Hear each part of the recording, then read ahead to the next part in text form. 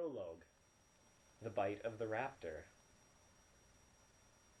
The tropical rain fell in drenching sheets, hammering the corrugated roof of the clinic building, roaring down the metal gutters, splashing on the ground in a torrent. Roberta Carter sighed and stared out the window. From the clinic she could hardly see the beach or the ocean beyond, cloaked in a low fog. This wasn't what she had expected when she had come to the fishing village of Baja Anasco on the west coast of Costa Rica to spend 2 months as a visiting physician. Bobby Carter had expected sun and relaxation after 2 grueling years of residency in emergency medicine at Michael Reese in Chicago. She had been in Baja Anasco now for 3 weeks, and it had rained every day. Everything else was fine. She liked the isolation of Baja Anasco and the friendliness of its people. Costa Rica had one of the 20 best medical systems in the world, and even in this remote coastal village, the clinic was well maintained and amply supplied. Her paramedic, Manuel Aragon, was intelligent and well trained. Bobby was able to practice a level of medicine equal to that what she had practiced in Chicago. But the rain, the constant, unending rain. Across the examining room, Manuel cocked his head.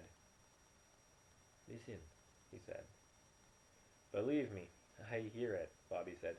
"No, listen." And then she caught it. Another sound blended with the rain, a deeper rumble that built and emerged until it was clear, the rhythmic thumping of a helicopter. She thought, they can't be flying in weather like this. But the sound built steadily, and then a helicopter burst low through the ocean fog and roared overhead, circled, and came back. She saw the helicopter swing back over the water, near the fishing boats, then ease sideway to the rickety wooden dock and back toward the beach. It was looking for a place to land. It was a big-bellied Sikorsky with a blue stripe on the side, with the words InGen Construction. That was the name of the construction company building a new resort on one of the offshore islands. The resort was said to be spectacular and very complicated. Many of the local people were employed in the construction, which had been going on for more than 2 years. Bobby could imagine it. One of those huge American resorts with swimming pools and tennis courts, where guests could play and drink their daiquiris without having any contact with the real life of the country. Bobby wondered what was so urgent on that island that the helicopter would fly in this weather. Through the windshield, she saw the pilot exhale in relief as the helicopter settled onto the wet sand of the beach. Uniformed men jumped out and flung open the big side door. She heard frantic shouts in Spanish, and Manuel nudged her. They were calling for a doctor.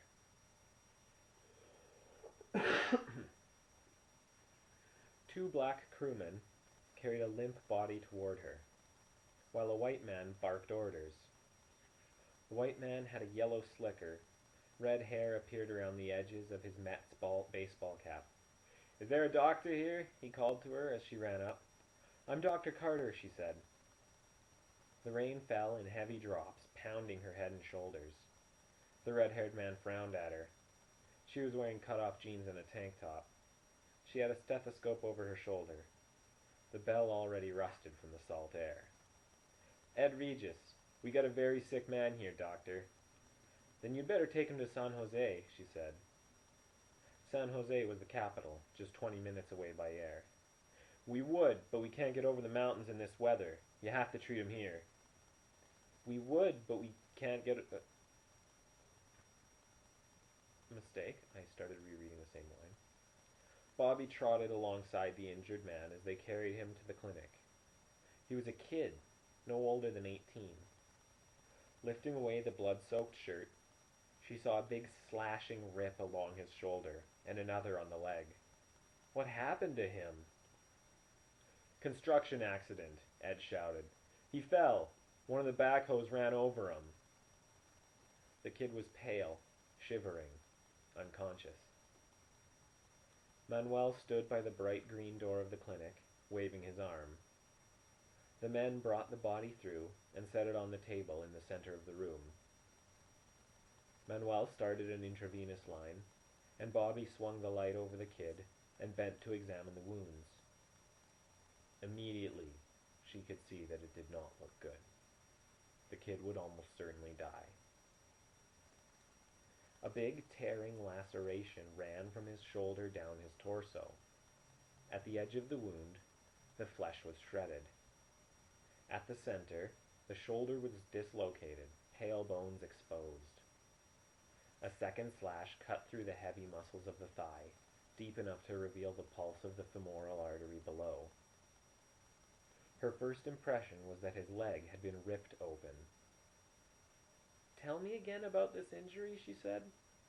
"I didn't see it," Ed said. "They say the backhoe dragged him." "Because it almost looks like he was mauled," Bobby Carter said, probing the wound.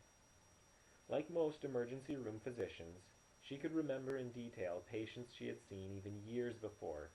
She had seen 2 maulings. One was a 2-year-old child who had been attacked by a Rottweiler dog. The other was a drunken circus attendant who had had an encounter with a Bengal tiger. Both injuries were similar. There was a characteristic look to an animal attack. "Mauled," Ed said. No, it was a backhoe, believe me." Ed licked his lips as he spoke. He was edgy, acting as if he had done something wrong. Bobby wondered why. If they were using inexperienced local workmen on the resort construction, they must have accidents all the time. Manuel said, "Do you want lavage?" "Yes," she said, "after you block him." She bent lower, probed the wound with her fingertips. If an earth mover had rolled over him, dirt would be forced deep into the wound. But there wasn't any dirt, just a slippery, slimy foam.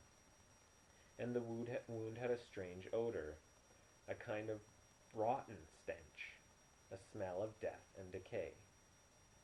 She had never smelled anything like it before,